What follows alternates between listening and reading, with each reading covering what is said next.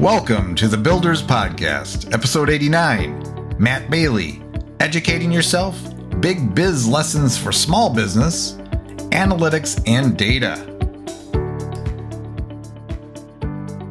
Before we jump into this episode, please subscribe to this podcast, hit that notification bell if you're on YouTube, and after a listen, please give us a thumbs up, like, and share, if we've earned it.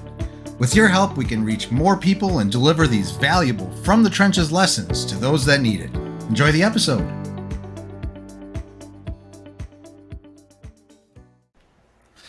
Hello, everybody. Welcome to another The Builders. Today, we are joined by Matt Bailey. Welcome to the show, Matt. Hey, thank you, Matt. I appreciate the invitation. So, Matt is a digital marketer or knows digital marketing. You're an author. You do workshops and stuff. You help large corporations. You do training for them and things like that. Correct? Yes. Anything else I'm missing there? That's pretty much my life right now. Yeah, it's a lot of training. A lot of training. So that's good. So that means we're going to get some great info and training today in this episode. Absolutely. I think with the pandemic, everyone was looking to how do we upgrade our teams, and so it was online training forever. It felt like so yeah, it's been a fun ride. Awesome. Well, so what we like to do here on The Builders is kind of start with your story, your personal story, to figure out how you ended up being this awesome trainer you are today, and in business for yourself. And so that could be the short version, the medium version, long. Why don't we go back in history and like, what was that journey like? How did you end up where you are today? Well, Matt, I'm going to start with my parents. Let's go back. So I've always been comfortable in front of people. And I think part of that is my father is a pastor and my mother is a teacher. And so I grew up in a household where we were well-read, and, my grammar was corrected consistently, and learning was something that was always encouraged, as well as we had we always communicated. Communication was always encouraged, and, seeing both my father and my mother in front of people, being able to communicate well and instruct was something that I think growing up in that environment made it very easy. Now, my father left and he had to retire for health reasons and actually started a business. So, and I'm really going back here. In 1984, he brought home a Commodore 64 computer. Nice. And, and immediately I was drawn to it. I'm like, what is this thing? And only one of my friends, he was the only other kid in school who had a Commodore 64. And so he kind of said, okay, next we got to get you a modem. And so we put the phones on the cradles and we would transfer files back and forth when we could have easily just given each other a disk. But I went online, and I love to tell people, in 1984, I went online, and what I found were bulletin boards. And social media did not start with Facebook in 2012. Social media started with pre-browser, the modern internet. I was on bulletin boards in 1984 where people were talking and discussing and sharing information and reviewing things. And it was all online, and this world was just so fascinating to me. Fast forward a number of years, but I graduated college with a journalism degree, and what that taught me is I didn't want to do journalism. But I liked the writing, I liked the research, I liked the development of story. But I went into real estate, why not? But I started developing websites, and this was in the mid to late 90s, to sell commercial properties. Because at that time, if you're selling a commercial property, you can put it in the local paper, you can buy an ad in a magazine.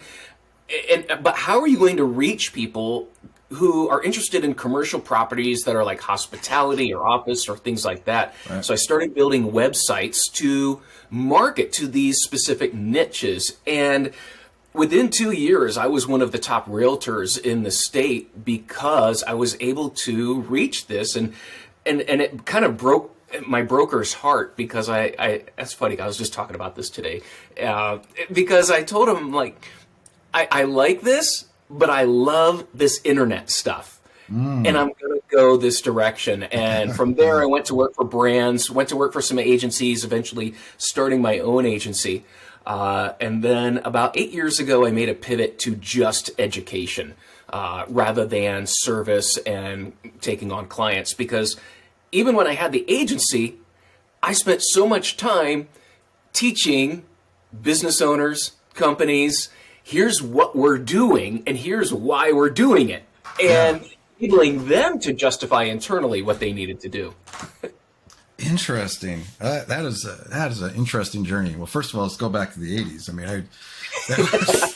of course. I wish I would have known about bulletin boards and stuff, because I talked to somebody else too recently on this podcast. They were like really into the social aspect of that. And my dad had gotten, I was a teenager in the 80s. And he had got some Apple, like an Apple II, and I remember we got an Apple IIe and a 2GS, and we were upgrading as time went on. But I love just the programming aspect of it and playing around with it. And then in the 90s, I forgot all about computers for a while. But that's a really interesting starting point. But that spinning that into what your family's like and just that social aspect you grew up in, it makes a lot of sense that you're training today. But also that journey of kind of discovery of when you're doing stuff that you're in some kind of industry. Like for me, it was insurance. I was an insurance agent for a number of years, late 90s, 2000s. And then I built a website. And then I figured out how I made a sale from the website. Right. Like, what is this website stuff? Right. Yeah. What is this digital marketing stuff? What's affiliate marketing? What is, so that's kind of interesting that you kind of discovered that and were like, wait, I really like this other thing. Mm-hmm. Yeah. Mm-hmm. Yeah, it was great. I like to tease my broker at that point was probably one of the best mentors I have ever had in business, teaching me sales, how to work with people, negotiation. I learned so much about business from him, but I love to tease him because it was probably about 98, 97, 98. And he says to me, he says, Matt, I'm just not sure you should be putting so much time into this internet thing. And, and that's not going anywhere. Hobby. Don't worry about it. It's just a hobby. Right. And then 2 years later, I'm like, hey, I'm going to move on. And so, yeah. Yeah. Well, what type of things, like when you were back in, late 90s, I mean, how were you marketing your site? Were you, how did you get traffic and all that stuff? What was it like back then? Wow. So great question, because I built my website like I learned newspapers. So that's where the journalism background really came in, because I started developing a web page as if I was developing, a front page of a news article. So I have my main headline, I have subheadings, I have topics, bullet points, and then, continue on this page. So a hyperlink to me was just like, continue on page B7, something like that. And then, I had learned enough layout technique, a little bit of design. I don't show anyone the first few iterations of that website. And Matt, you'll love it. I still have my website, the HTML files, on a little floppy disk. It's somewhere in the closet. That's awesome. Yeah.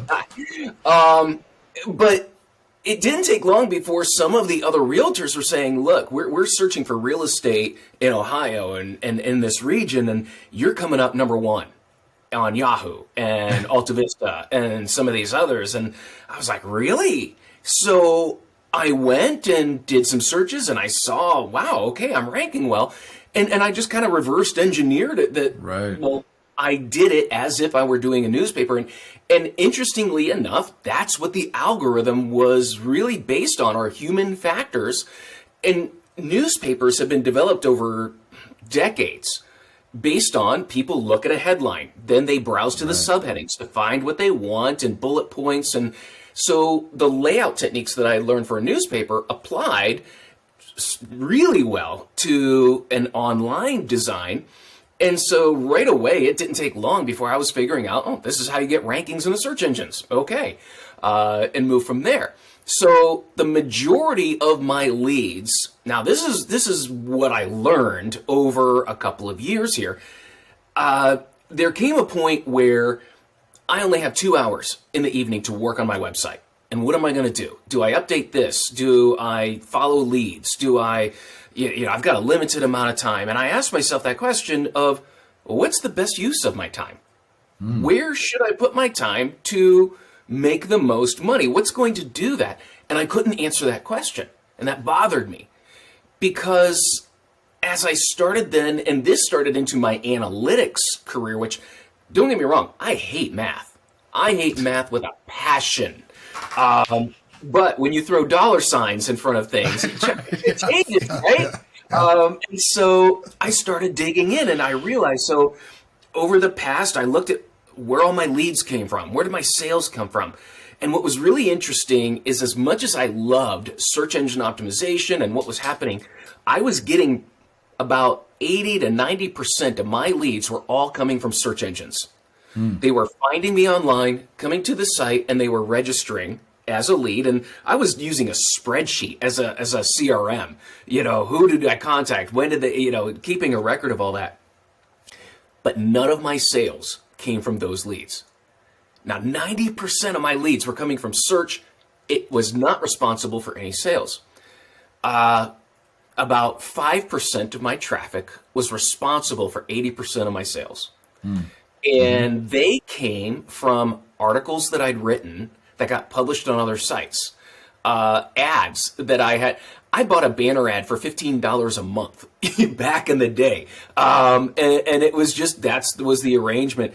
But it was on a site where my target audience was gathering. And from those, even though I got less leads, as I'm learning through this, they're further into the decision cycle. Yeah. See, everyone that was coming from search was like, hey, you know what? Owning a bed and breakfast would be a great thing to do. We should look into it. And they were very early in the decision cycle. The people that were finding me from the articles, from these other websites that I was getting information published on, these were more detailed articles about financing, about buying specialty properties and commercial properties and why it's different. And so they were more educational. They were more deeper into the buying cycle. And so as a result, they were easier to close and blew my mind. And that's what taught me the principle is that big numbers lie. And so that completely transformed how I viewed online marketing ever since. Oh, gosh, I love it. Oh, there's so much to dig into there. So, well, I was a pay-per-click SEO nerd for all through the 2000s. Before I got into web design development, I did my pivot. And man, we talked a lot about buy keywords, or what do we call them? Buying keywords. Buy keywords. But we, obviously keywords were everything for us in pay-per-click or SEO or whatever, but it was all how to become profitable and how to actually increase conversions was really the keywords you chose, because every keyword, there's different flavors. I would have kind of like keyword personalities, like some are just tire kickers. They're just looking for free information. Others are ready to buy right there. They're searching on the brand. They're searching on, brand keywords where if you could lock one of those in before, the merchants started telling us we couldn't do that anymore. If you could lock those in, those converted like hotcakes. Right. I remember actually there was a costume site that the buy was in the domain name. It was like buycostumes.com or something like that. Oh, yeah. I targeted those keywords and I made a boatload of money in the thousands. And until I got a note from the merchant that said, don't do that. And I couldn't do it anymore. But merchants, in those days, they really started to. This kind of like like Google started to tighten their, what they required you to do. You have to use this type of landing page and quality score and all. Merchants were doing that too. They started to be like, I don't know if we like all these affiliates doing. Anyway, so, but that's really a great insight. And I think it also applies to other parts of digital marketing too, right? Like social media. It's not all about how many likes you get and all that stuff. It's about the quality, pre-qualified, great, targeted people that are actually hitting your site. That's what matters, right? Absolutely. So I was actually just writing a script for, on my podcast, I'm doing a series on 7 digital marketing skills that will never go out of style. And the reason why I'm doing that is because in December of every year, the same company asks me to do a webinar on emerging trends for the next year, or for the next 5 years. And I had to ask him, like, why are we always looking at the trends? Because when I look back at these webinars and I look at the trends, very few of them have come about. Why aren't we preparing people to have the skills that'll get them through those trends? And they said, well, that's not as popular. I'm like, okay. So I'm going to do it. And, but it was, and the skill that I'm talking about is experience, but not, and I'm giving a specific situation of a retailer where they hired a marketing director who had experience. And the problem was when they came in, they looked at what was going on and they said, you know what, I need budget because we're going to go after some of the social media, TikTok's hot. We're going to go and do that. And in doing so, they took budget away from paid search and they took budget away from email. Now, they had experience in digital marketing. They had no experience in business. And as I told them later, you had no business taking money out of the 2 strongest channels that had the highest return on ad spend. And when you take money out of those channels, you lose twice. You lose because you're pulling money out of something that is a guaranteed return. And then you lose again because you not only take that money, you also take the potential revenue out. And what they damaged this retailer because they put it all into something that was, they were going after the young audience on TikTok when just looking at their customer, they would have realized that their primary customers were women aged 35 to 55. And they're not on TikTok. So they're on Pinterest, right? And that's the thing. They took budget away from their 2 best channels in order to try something. Right. And so this skill of understanding business and not just I'm chasing the latest digital trend. You got to know who you're talking to and what their actual experience is. Yeah. And that's something you kind of threaded through here as well as like analytics, getting insights from, like when you said before, you were talking about how you learned what was actually converting for you, what that all, like what's actually converting into sales and what is most important to your particular business and what you're doing. I think that's like, if something's really working for you, double, triple down on that, but you could still try other things like the TikTok absolutely. thing. I tried TikTok for a little while. Wasn't really my thing, but we figured out our thing, but that's all through analyzing the results of what we're doing. We're doing what we're doing today for a reason. We've been doing it for a while, even though it may not from the surface even look that great.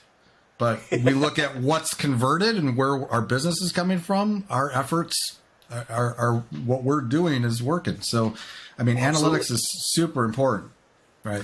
It is. Like you said, what's working, you double down on it. You don't pull budget from it. Yeah. But I see that happen so many times, and it's painful to watch. Here's what like you said, you try new things, it works. And so you maintain that, but you look for, well, how can I try this?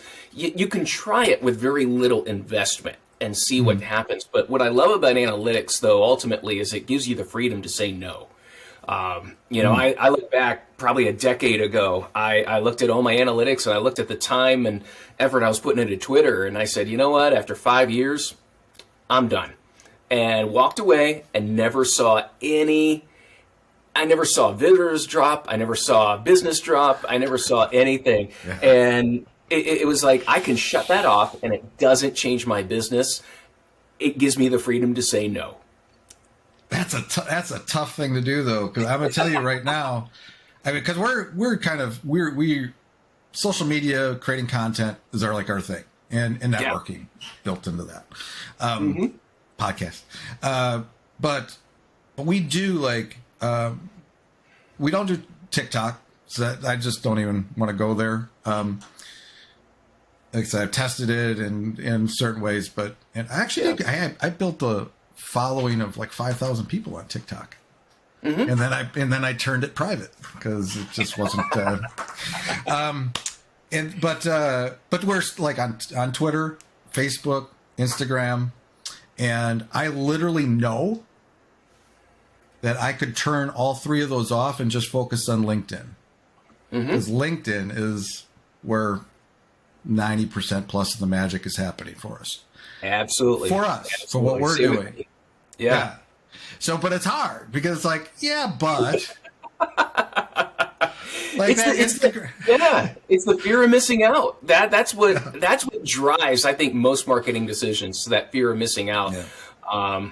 But yet it's happening all over, and especially the pandemic gave big companies the chance to change things. So, for example, like Procter and Gamble cut their marketing budget by like 50 million or something, and they were doing a lot of programmatic advertising. They cut 50 million during the pandemic, and they saw no change in sales. Wow. Yeah.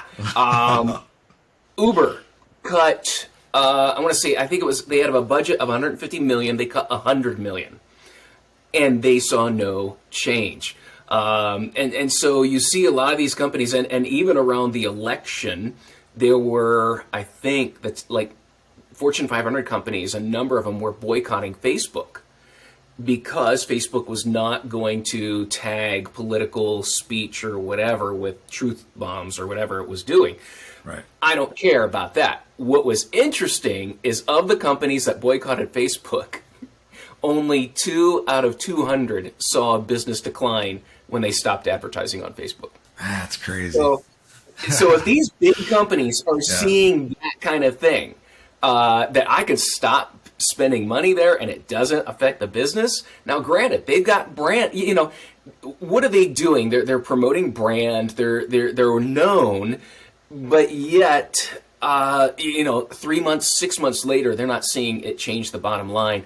It really challenges, I think, a lot of assumptions, and it gives us, as maybe smaller businesses, a chance to say, well, wait a minute, maybe I should rethink some of this and see how can I get the most out of this budget rather than just kind of following the crowd. Yeah, I think what's one of the things, and this is actually kind of what we do, though, thinking about brand, right? And we're a small brand yet. We're working on it. But one of the things, and somebody else I was talking to, they had a good way of putting this, and I'm not going to remember, but it's like basically kind of finding your focus, the thing that brings you most to your business, and the rest you just kind of you have a presence. Like there's a difference between like focusing all your energy on, like, for example, it would be like LinkedIn for us. So we're focusing all our energy on that and other, the things that are making an impact. But the other ones, we have a presence there. And so it's not as big of an effort. It's like we're posting content there. And for me, it's important. I feel like as an agency that we do web design and stuff, and like Instagram. If I ever get over 100 followers on Instagram for my brand, I'm like, it's gonna be like we're gonna pop the champagne. We have tried. I have a dedicated designer and a virtual assistant posting content there for like a year, and nothing happens. And part of it's we're not there, we're not engaging and all that stuff. But again, I just made the decision we're going to focus over here. But I keep it there though, and here's my point: is I keep it there because of brand. Because if somebody's searching on us, Unified Web Design, and they're going to find us. There's our Instagram account. Oh, look, they got some nice designs there. It's those type of searches, the people that are in that buying or decision stage of that process that might, and I hear that from clients we've gotten that, hey, I they search on you and you're everywhere. And, but I think from that, there's that difference, like where you spend the money, where your spend is, but you can also kind of still have a presence everywhere else. And I think that's what's been working for us so far. Yeah, being foundable, findable. I think that's kind of the key there. So, I mean, it's one of those things where, you want to. I can see maintaining that presence, and that's where the nice thing comes is as we develop content, like video content or audio content. You can always splice things up and just sort of keep it updated in a way where you're not aggressively using it, but you're still populating some content, maybe growing a few followers here and there. And then down the road, maybe something shifts. Maybe you've got someone who wants to take it and run with it. It's something where, again, it's very similar to a business expense. And what are you going to make an expense both with time and money? And if you don't have the time and money, then treat it as a minor business expense and as something. But all of a sudden, if it starts producing a return, well, now we can, it's kind of like, Matt, I'm going to make the equivalence here of, it's kind of like running a podcast because, where was your first mic? And what mic do you use now? As you get more comfortable and as you start seeing responses and you start building, well, now I'm willing to spend more money and upgrade the equipment and do that. But if you're not seeing anything happening, well, you're not going to do that. That's actually really great. And it's great advice for like small businesses too, especially, if you've got smaller budgets and stuff. We're not talking about multi-million-dollar companies that can let's take $1 million and throw it at this thing. You can't do that. Right. But you can try things. And podcasting is a great example. And I can speak to that, obviously. But when I started out, I didn't know that I could do podcasting. I actually had a guy on radio. He says, you had a pretty good voice for this. Like, I never even thought about that. Like, do I? I don't know. But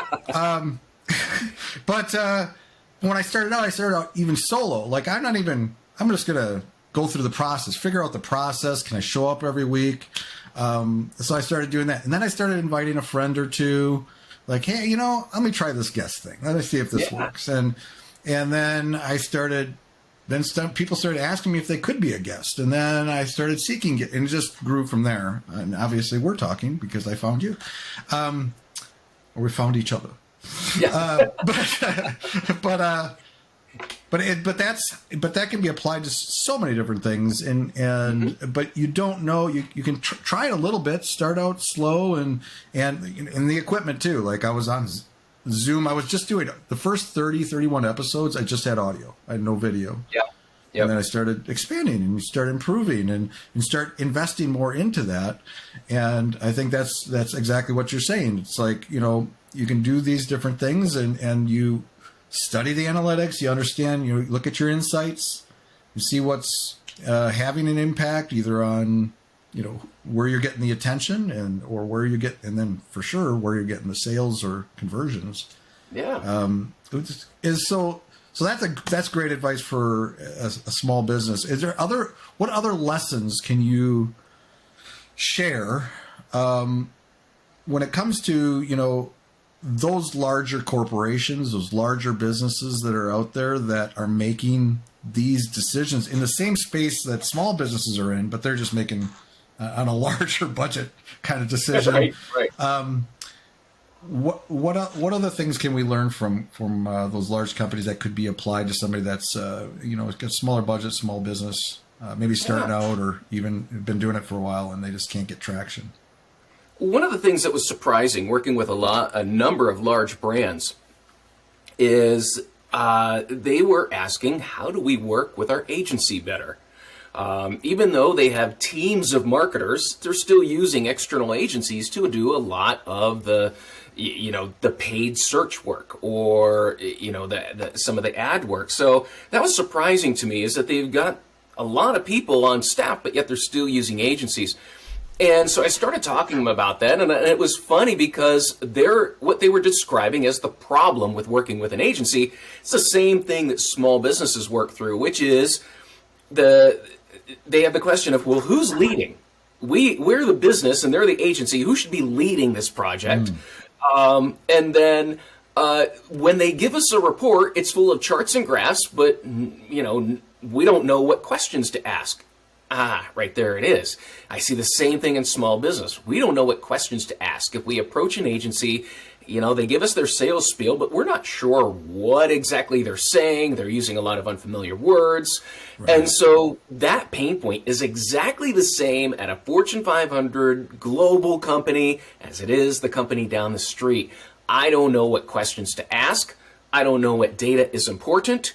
And I'm expecting them to give me advice. What should I do? If you dump all this data on me, what does it mean? And now some of that, I do put a lot of this from the agency world. A lot of this is the agency's issue. They know that the bigger the report they give you with the more graphs, the less questions you're going to ask. And that's a problem.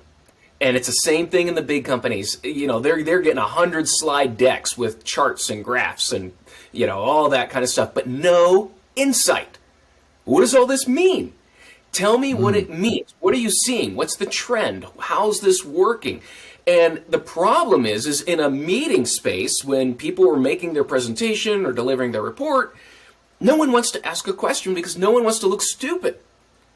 And if someone does ask a question at the end of the meeting, I guarantee there's at least 2 other people that are rolling their eyes because they want to leave. And, you just extended this meeting for another 5 minutes because you asked a question. Well, if you don't ask a question, right, then we don't have clarity on what things mean. And if you don't know what things mean, then you don't know what you're getting. The agency may be using one word for something and you may interpret it as something different. Right. So the problem is in both sides. We don't know what we're asking for. We don't know what we need. We don't know how to ask the right questions to get down to it.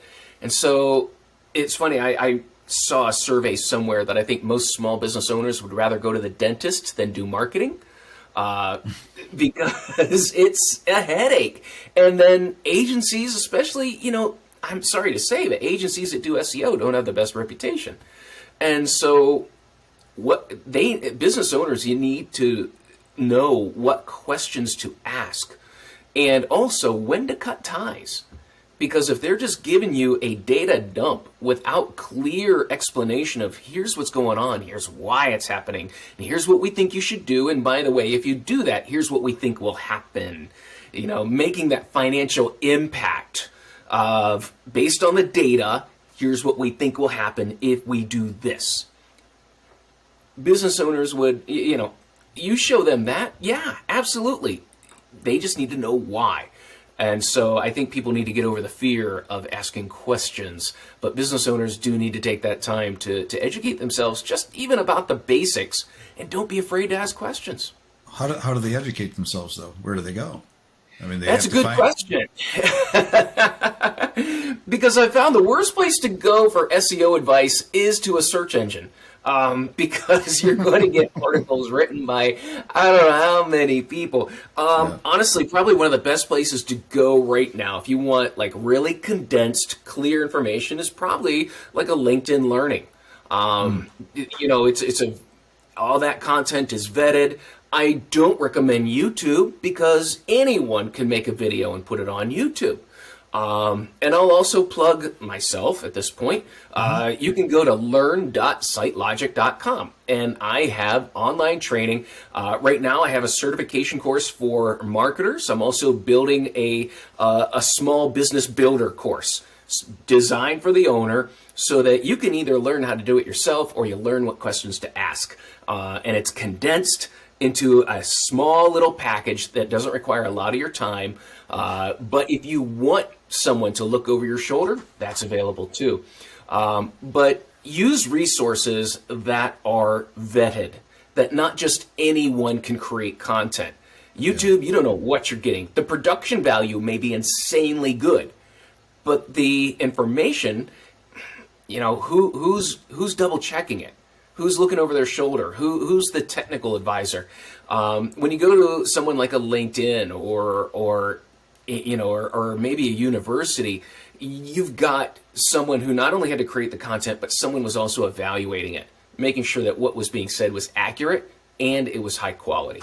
Right. If you got reviews on it and stuff too, so you can get that feedback, just like, books today, they all got reviews, and you can kind of determine if this person, this author or whoever knows what they're talking about. Right, yeah, right. That's really good advice. And I think that's it. I think you hit on it. I think I just had a light bulb moment for all business owners. That it really is, you have to take the time to actually educate yourself, to know what questions to ask.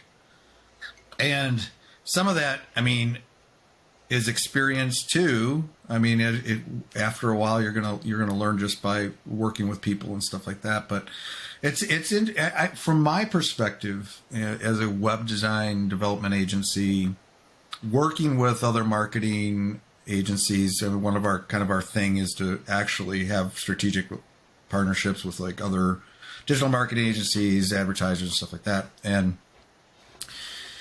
But through that experience in working with their clients, or we have direct clients too, it's really interesting when I hear a partner or somebody I'm working with say, this is an easy customer, or this is an easy person to work with. They don't care what we do. They just, I have someone actually right in mind right now that we're working with, where it's like, we could do almost anything. And they would be like, that's awesome. And it's not that they're not asking questions, but I don't know if they know enough about the space to really know. They're just going to trust that what we're telling them and how we're guiding them is the right course. But they don't have. It's like luckily they're working with us, because hopefully we know what we're doing and we are steering them in the right direction. But there's a lot of people out there that don't know what they're doing, and they're giving out advice, or they learned it from a book, and I'm an expert now, I can tell you what to do, and but the only way you can really learn, like a good starting point is going out and learning from LinkedIn Learning or whatever, or finding an expert. The next best thing is finding a coach, somebody that can look at your unique situation and even get you more precise advice and knowledge. But yeah, I think that's interesting. As you think about it from even just SEO, advertising, all that stuff, like what questions do you ask if you don't know anything? You can't, because I think that's obviously why a lot of people run into trouble and lose a lot of money, is because they took a leap of faith because they didn't know any better. I've sat here hearing people tell me that they spent $150,000 on ad spend, small business. Now they're broke. And they were like, yeah, but they went out and then they tell me what that person did for them. I'm like, what? Yeah. Now I don't even do marketing anymore or advertising. I'm like, I think you were steered wrong here. That wasn't where your market was. Yeah. But they don't care. Somebody just made a bunch of money off of them. Yeah. Yeah, it's one of those things. My advice to business owners was usually, when you talk to a company or an agency, how much did they talk about you? If they talked about themselves most of the time, then that should be a red flag. If they asked the majority of questions and you did the majority of talking, then that's usually a good sign that they're listening to you and they are thinking about how to apply what they know to what you do. If they're coming in, here's our system, here's what we're going to do, and it's all their presentation, and they're not learning about the nuances of your business, of what is most important to you, how do you make decisions. It all comes back to understanding the business. There's a lot of people that understand digital channels, but they don't understand how business works. And I'm sorry, there's a lot of SEO companies that don't know the first thing about profit. They'll pitch, look at what we did, look at how much we made you in sales. Well, there's a difference between revenue and profit, and if you don't understand that, then it's going to damage your business, especially if the agency you're working with doesn't understand that. So an agency should be spending, and that's where I'm sure with your client, you have put in the time to earn that trust, because they're confident you understand their business. You understand what's important to them, how they operate, how they make decisions, and they're confident when you say we're going to do this, that it's going to work out for me. They may not understand the nuances, but you've built that trust. And so that's one of the things that's very, very critical to working with an agency is how much do they understand the business of what you do? And I say that, most times that's a good sign. It's actually, so it's like a two-way street. You have to actually ask good questions, but the person you're working with has to ask you good questions. That is actually a good signal that somebody can use and be like, are they asking me good questions? Again, let me take web design, for example. We do a lot of maintenance, we have maintenance contracts and stuff. When I first start working with somebody, or before I do, I will ask them, what is their pain points? What are they struggling with the most? Right. It might be as simple as, hey, our website crashes, and we can't, we've gone whole days without our website up or during a promotion. That's a good starting point. Or it could be a speed issue. Somebody built us this theme, but it's really slow. It could be technical stuff. It could be a design thing. And it's something else you spoke to is that is important, is not to just talk about the numbers and show the charts and all that stuff and what you're capable of doing for somebody and all that, but also speaking to them, taking all the things you tell them and then turning around and having a roadmap for them and a plan to take them from from where you are today, all your pain points, and solving those, and then taking it even beyond that. And those are the type of things you want to, I think, make sense, whether it's a web design agency, development, whether it's SEO, other digital marketing agencies, that you want to work with somebody that's actually listening to you, building a customized roadmap, and understands all the things like, what's a profit? What is profit? Like, I'm not going to, hey, we're breaking even. Woohoo! That's good enough. Right.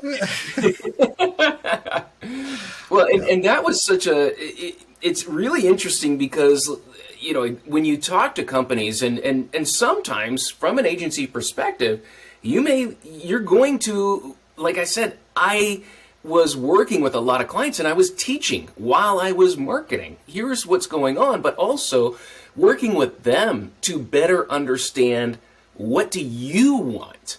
I'll never forget working with a company and, I'm asking what their pain point. What do you want out of this? And we want more visits. We want more people coming to the site. I'm like, why? Yeah. What's that? Why?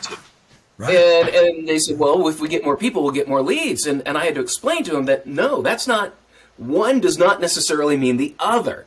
That I can triple your visits tomorrow, but you're not going to get more leads. And so it's explaining, well, how does this work together? What's happening? And we're targeting the right people.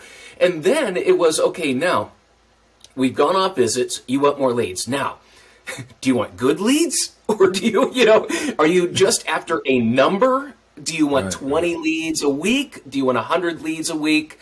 Or are you trying to grow your customer base?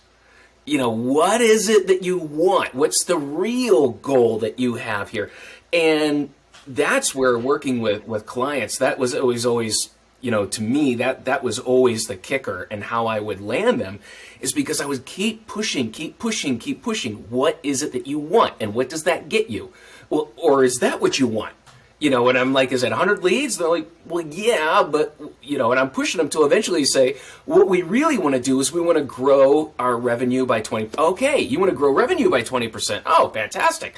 Well, do you want to grow revenue, or what's the profit target? And start digging in, because here's the thing, even if I get them visits, even if I increase their leads, if they don't see those financial targets increase, it doesn't matter. They're going to look at, I could be delivering all kinds of stuff, but if they don't see that bottom line increase, then we're not on the same page. So, but a lot of times I think a lot of business owners aren't sure how to properly articulate, this is what I want. Right. What I really want is more revenue, more profit. That's what I want. Yeah, at the end of the day, right? Yeah. Well, exactly. And using the speed example, like a client in particular that I started helping, I'm working with a year and a half ago already, and it's really concerned about speed. Like, why? But why? It's that big. It's peeling that onion. Like, why is speed so important? And they're already have good revenue. They got a lot of sales. It's an e-commerce store. It's got a lot going on already. But why is speed such an issue for you? And well, of course, it's when you get to the bottom of it, it's because 80-90% of their traffic and their sales come from search, and speed is important in that realm, especially mobile and all that stuff. So, getting down to that. So those are the things you got to, I think, as a small business owner, you have to, find yourself people that understand that are asking those questions and getting down to the nitty gritty, and then create that plan for you. Awesome stuff. Anything else you want to, we're at about 45 minutes. Do you have anything else that, earth shaking that advice you have for small business that you could leave us with?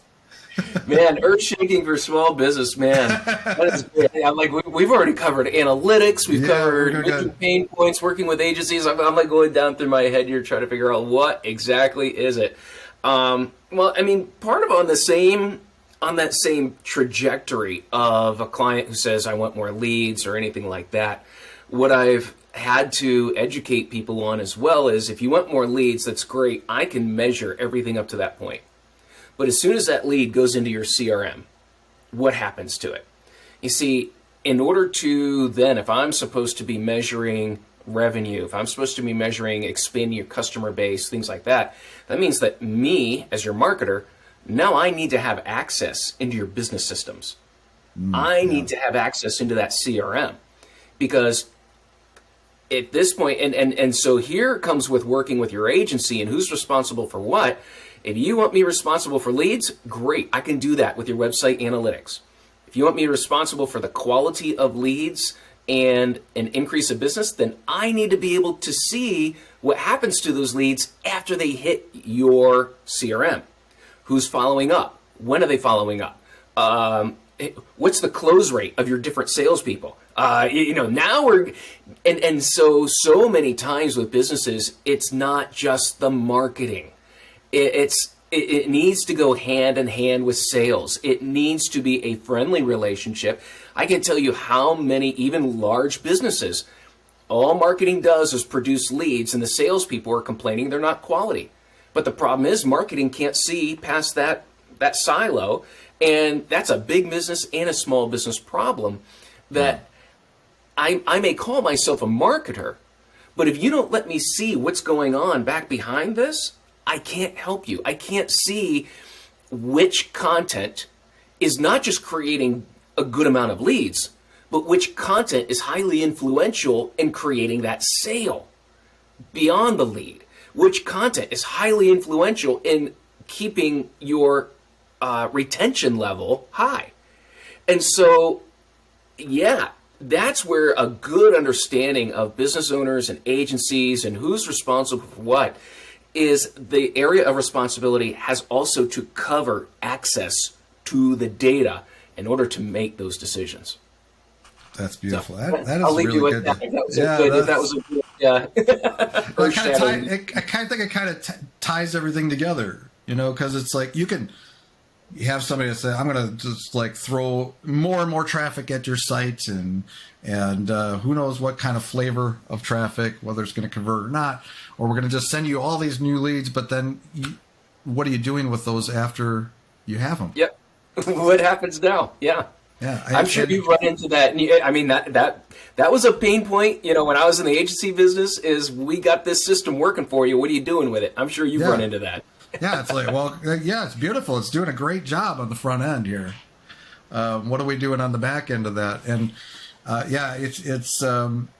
that needs. And it also comes down to all talking about that quality stuff. The quality of the lead, the quality of, like, you're going to learn about how quality it is on the back end. I mean, you can have. You've probably heard of stories, or you've worked with people that have small lists. They have this small list. They don't get many leads.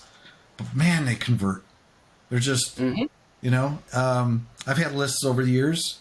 I had a list of when I was doing internet marketing back in the 2000s. I was known for my PPC affiliate marketing methods, and I had a list of probably somewhere between 10,000.